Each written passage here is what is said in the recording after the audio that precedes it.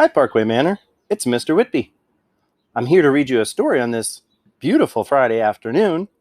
It's a story that I like very much. It's actually a story that my kids, Ben, John, and Megan, well, they used to love it when they were growing up, but they're a little too old now to hear it, so I thought I'd read it to you. Hope that's okay. The story we're looking at today is called Too Many Frogs.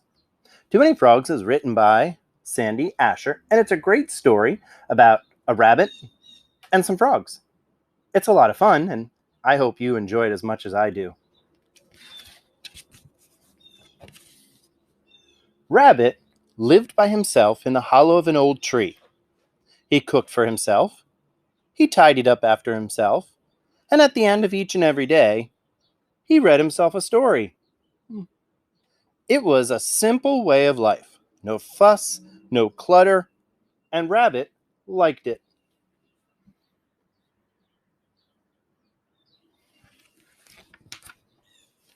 But one rainy evening, he heard a knockety knocking at his door.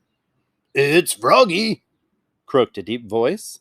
"Don't care for this storm." Rabbit opened the door. "I was about to read myself a story." "Love to listen," Froggy cried, and he hopped right inside. "Don't mind, do you?" "I suppose not," Rabbit said.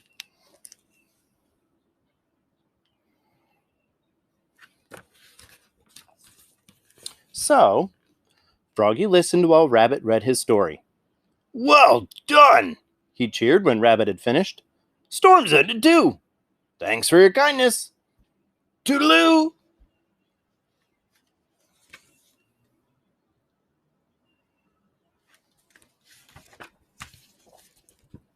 The next evening, as usual, Rabbit finished dinner, tidied up, and sat down to read himself a story. But before he could begin, he heard another knockety knocking at his door. "It's Froggy!" croaked the same deep voice. Rabbit opened the door. "I was about to read myself a story." "I know!" cried Froggy, and he hopped right inside. "Love to listen. But first, let's fix ourselves a snack. Or three. Don't mind, do you?" "I suppose not," Rabbit said.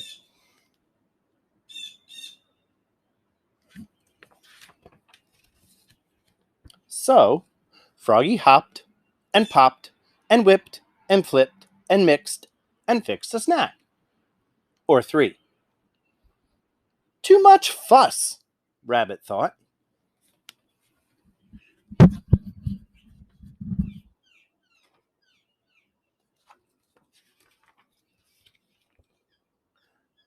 But Froggy listened while Rabbit read the story.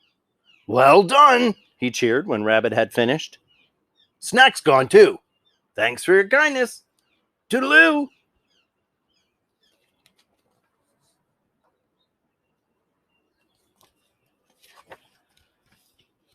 The next evening, Rabbit finished dinner, tidied up, and sat down to read himself another story, but before he could begin, there was that same knockety knocking at the door. "It's Froggy!" croaked the familiar voice. Rabbit opened the door. "I was about to read," he began. "I know!" Froggy cried, and he hopped right inside. "About to read a story. Love to listen. But first, let's get ourselves all comfy cozy. Don't mind, do you?" "I suppose not," Rabbit said.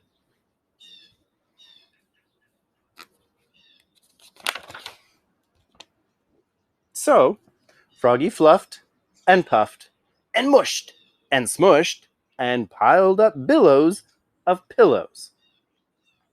Too much clutter, Rabbit thought. But Froggy listened while Rabbit read his story. "Well done!" he cheered when Rabbit had finished. "Bedtime too. Thanks for your kindness. Toodaloo!"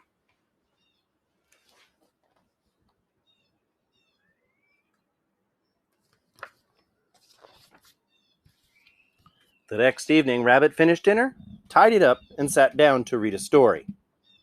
But before he could begin, there was that knockety knocking again. "It's Froggy!"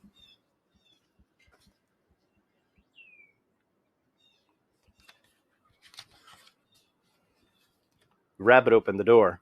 "I know," Froggy cried before Rabbit could say a single word. "You were about to read yourself a story. Love to listen. But first, meet the family. Been telling them all about you and your stories. Love to join us. Don't mind, do you?" Rabbit looked at Froggy's family. Big frogs and little frogs. Dozens and dozens, all wearing t-shirts.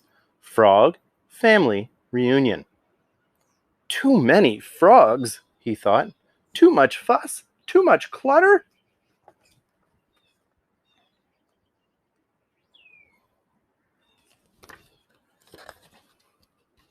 "But I do mind, Froggy," he said at last. "You do?" Froggy asked. "I never invited you in," Rabbit explained. "I never invited you to fix a snack. I never invited you to get all comfy cozy, and I never invited your family to join you. So I do mind, very much indeed." "Uh-oh," croaked Froggy. "This'll never do. Thanks for your kindness. Toodaloo."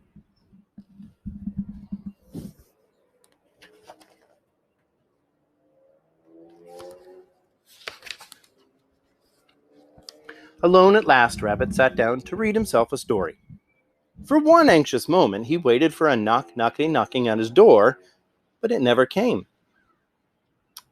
"Don't mind, do you?" he asked himself with a little chuckle. "Most certainly not," he answered himself, and he began to read. It was a good story.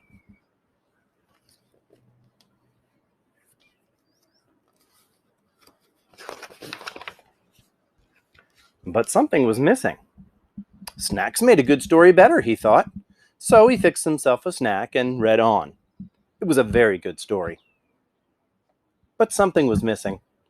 Pillows make a good story better, he thought. So he fluffed himself a pillow and read on. It was an exceptionally good story. But something was still missing.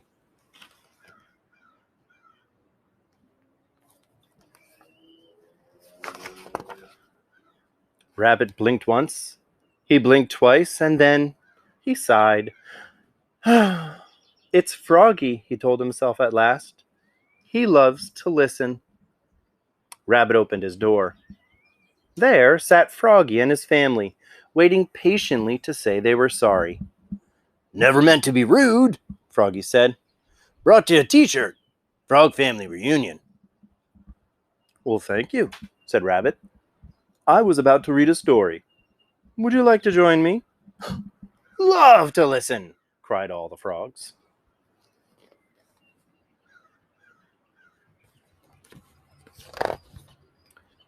And in they all hopped, big frogs and little frogs, dozens and dozens.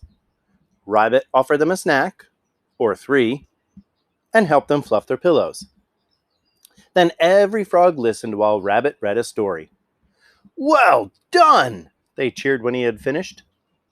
So many frogs, Rabbit thought. So much fuss. So much clutter. It was a different way of life, and Rabbit liked it. The end.